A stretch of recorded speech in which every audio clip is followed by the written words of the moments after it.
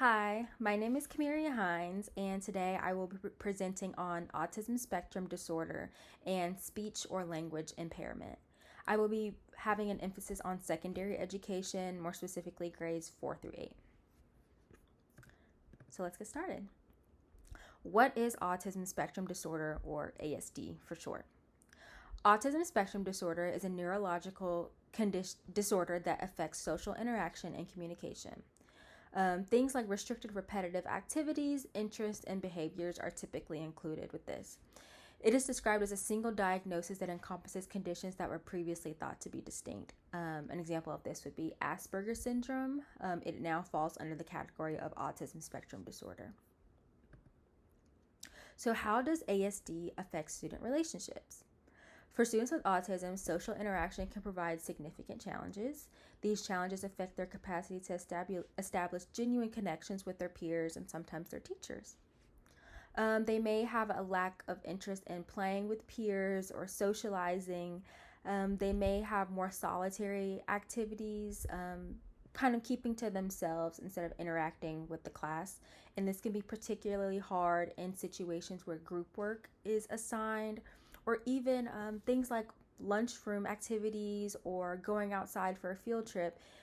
They can be pretty isolated at times, so this can be pretty hard for them to establish relationships with their peers. So ASD and academic learning. There's various ways that ASD can affect a student's academic learning. They may excel in subjects like algebra or memory, but struggle with things like flexibility or organization. They struggle with, as said previously, social communication, which can impact reading comprehension and classroom discussion. Difficulties recognizing social cues can make peer interaction and cooperative projects a bit challenging, and they may struggle with emotional regulation and concentration on these assignments due to like a sensory overload or anxiety. So ways that we could help make a student with ASD a bit more comfortable is definitely establishing regular routines, making sure that the classroom is inclusive, including work from paraprofessionals, because we as teachers could also use support in how we help these students.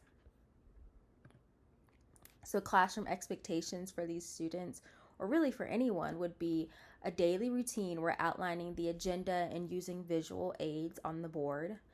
Self-regulation, we're giving the students the resources to help them control their emotions and maintain focus. So things like fidget toys or a quiet corner.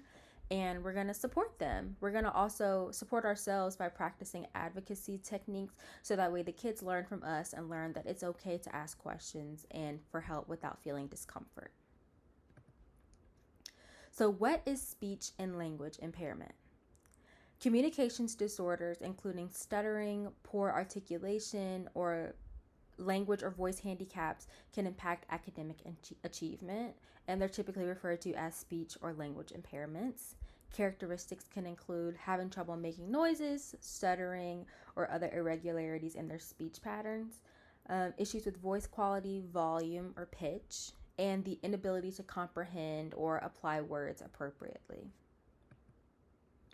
How does speech and language impairment affect student relationships?